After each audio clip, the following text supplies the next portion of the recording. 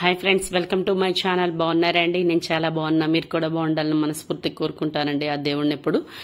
ఏమండి, నా ఛానల్ని లైక్ చేయండి, సబ్స్క్రైబ్ చేయండి అండి. నాకు ఇంకొంచెం ఎంకరేజ్మెంట్ గా ఉంటుంది. ఈ రోజు మేము పొద్దున్నే అండి పెరుగన్నం వేసుకుని మామిడికాయ నంచుకొని తింటే ఎంతమందికి ఇష్టం అండి? పెరుగన్నంలో ఉల్లిపాయ నంచుకొని తింటే ఇష్టమా, మామిడికాయ నంచుకొని తింటారు, కొంతమంది పచ్చడి నంచుకొని తింటారు.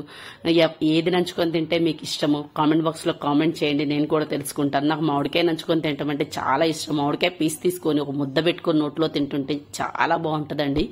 ఉదయాన్నే ఈరోజు మా పిల్లల కోసం మా వారికి దోశలు వేశాను. దోశలు వేస్తే ఊరుకుంటారా? మా వారు దానిలో చట్నీయో పచ్చడో ఏదో ఒకటి కావాలి అని అడుగుతారు. మా పిల్లలైనా అంతే అండి, సాంబార్ అడుగుతారు మా పిల్లలైతే. సరే, వేడివేడిగా దోశలు అయితే వేశాను. దానిలోకి ఏదో ఒకటి చేయాలి కదండి వాళ్ళ కర్రీ. అందుకనే దానిలో పచ్చడి చేద్దామని డిసైడ్ అయ్యానమాట. అందుకనే పచ్చడి ప్రిపేర్ చేద్దాం అనుకుంటున్నాను. ఇదిగోండి, ఇవాళ మాకు ఉదయాన్నే మామిడికాయలు మా ఓనర్ గారు వాళ్ళు ఇచ్చారు. అంటే ఏమైనా మేము మొన్న తెచ్చుకున్నప్పుడు కూడా వాళ్ళకి ఇస్తాం. ఎవరైనా తెచ్చుకుంటే వాళ్ళు మాకు ఇస్తారు, మేము వాళ్ళకి ఇస్తాం అనమాట. వాళ్ళు చెట్టు కాయలు అనుకుంటా ఎక్కడి నుంచో తీసుకొచ్చినట్టున్నారు. ఒక 4 కాయలు అయితే ఇచ్చి పంపించారు.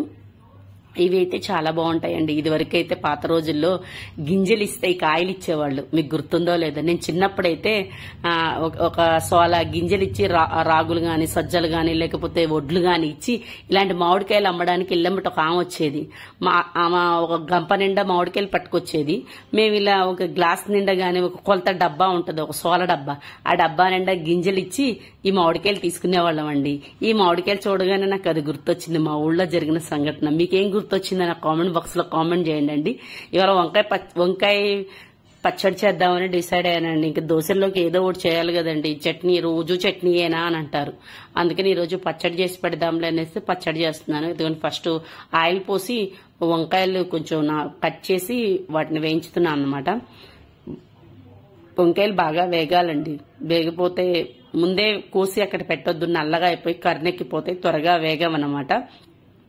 ఒకవైపునేమో బీట్రూట్ ఫ్రై పెట్టాను, మరొక పక్కనేమో పచ్చడి చేస్తున్నాను అనమాట. బీట్రూట్ ఫ్రై కర్రీ కోసం అనమాట. ఉదయాన్నే కర్రీస్ అన్ని వండేస్తానండి నేను.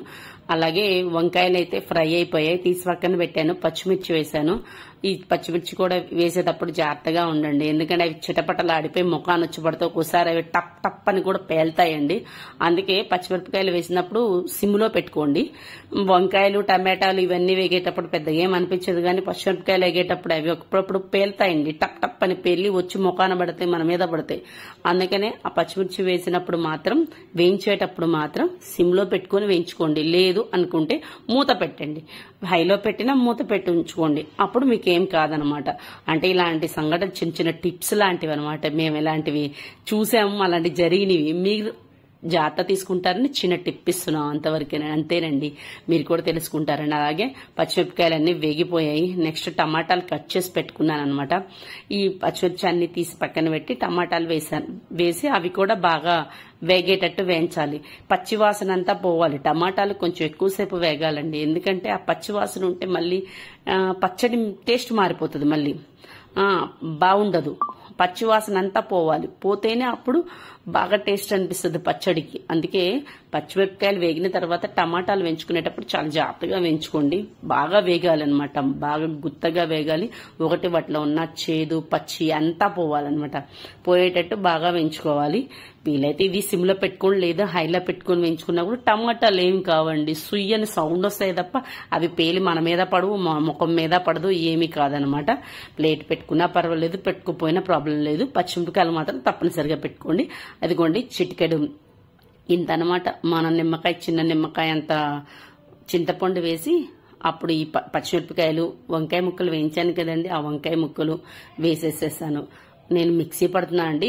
రోలు ఉన్న వాళ్ళు రోట్లో వేసుకోవచ్చు, మిక్సీ ఉన్న వాళ్ళు మిక్సీ ఏంటంటే ఒకే మరి తిప్పేసి మేత్త గుజ్జు గుజ్జు చేయకుండా కొంచెం కచ్చా పచ్చగా వేసుకుంటే బాగుంటుంది అనమాట. 2 చిన్నులపాయలు వేసాను. కొత్తిమీర ఉండి కొత్తిమీర కూడా వేసుకుంటే ఎండింగ్ లో చాలా బాగుంటుందండి.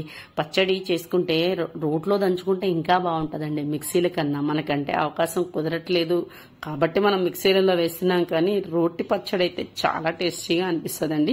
నాకైతే కూడా రోటి పచ్చడి అంటేనే చాలా ఇష్టం అనమాట. ఇదిగోండి పచ్చడి అంతా అయిపోయింది. టమాటాలు ఫైనల్ గా టమాటాలు వేసి మళ్ళీ ఒకసారి తిప్పాను. పెద్ద ఉల్లిపాయలు ఉంటాయి కదండి, మన పెద్ద ఉల్లిపాయలు, ఆ ఉల్లిపాయలు కూడా కట్ చేసి దీనిలో కలిపేసి, కొంచెం సాల్ట్ తక్కువైంది మళ్ళా వేసాను, సాల్ట్ కలిపి సెట్ చేశాను ఫైనల్ గా. నచ్చితే లైక్ చేయండి, సబ్స్క్రైబ్ చేయండి.